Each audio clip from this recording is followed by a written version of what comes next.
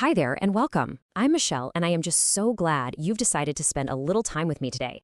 If you're a homeowner over 50, maybe right here in Chicago or the south suburbs, you're standing at the threshold of what can honestly be one of the most significant and truly wonderful chapters of your life.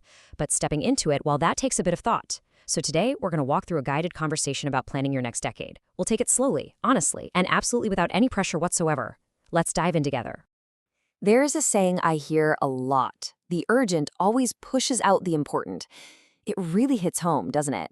Actually, studies show that most of us spend way more time planning a single week-long vacation than we do planning the next decade of our lives.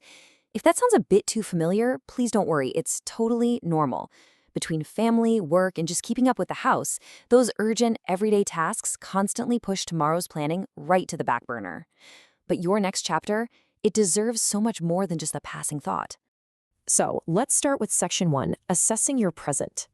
Here is a question for you. What does a genuinely good day look like for you right now? Not 5 years ago and not in some imaginary perfect future. Today. Is it having your morning coffee quietly on the front porch? Or maybe it's hosting a loud, chaotic, wonderful family dinner. Who's there with you? How does it feel? This is probably the most crucial question we'll talk about today, because literally everything else flows from your answer.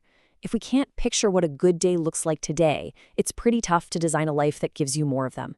Now, we have to look at the other side of that coin. What are you most afraid of losing? I think it is incredibly important to validate these feelings. Maybe you're worried about losing your independence or stepping away from a neighborhood and community you've loved for decades. Maybe it's a sense of identity tied to the family home. Those fears are so real, and honestly, they're worth naming out loud rather than avoiding. Acknowledging what you're afraid to lose doesn't mean it's inevitably going to happen. In fact, naming those fears is exactly what helps you protect what matters most as we plan ahead. Moving right along to Section 2, Envisioning Your Future. We get to ask the fun question now. What are you looking forward to having more of? Is it time, space, maybe you're just craving a bit of quiet, or deeper, uninterrupted connections with your loved ones?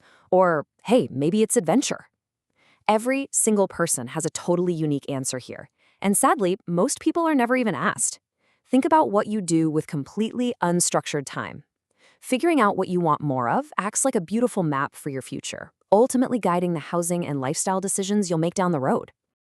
Imagine for a second that money just wasn't a factor.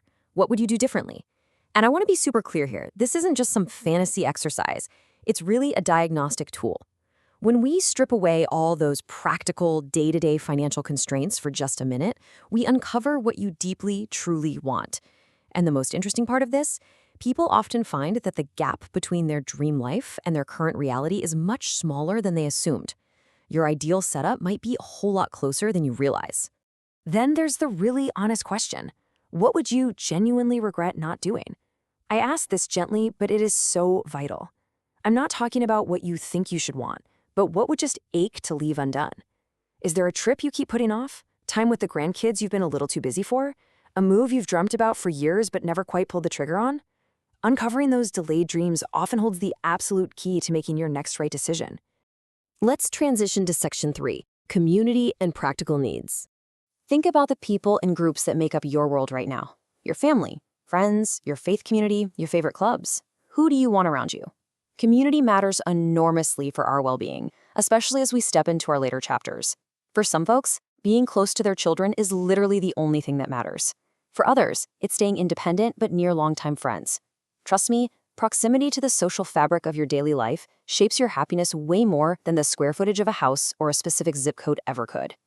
So it really comes down to comparing what your home provides today versus what it's going to need to provide in 10 years. Our requirements just naturally shift as time goes on.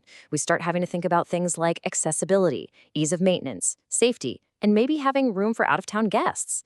Mapping out what your home needs to do for you, not just what it currently does, is arguably one of the smartest planning exercises you can do. You should always walk through these shifting requirements well before you ever peek at a real estate listing. As we start to wrap things up, I want to leave you with one guiding principle. Come from a place of intention rather than reaction.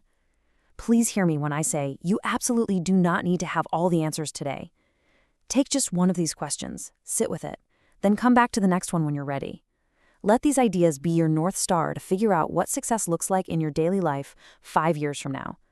That way, when the time comes and decisions do need to be made, you'll be making them from a place of deep clarity and intention. Everyone exploring this transition deserves really good information and genuine support. You don't have to figure it out all on your own. We've put together a completely free resource library just for you, packed with easy guides on downsizing, aging in place, and all the different senior living options. Whenever you feel ready to chat about what your next chapter could look like in practical terms, just know I'm here for a warm, supportive conversation. Thank you so much for spending part of your day with me. Now, I'll leave you with one final thought to ponder tonight. If your current home could talk, would it say it's holding you back or helping you move forward?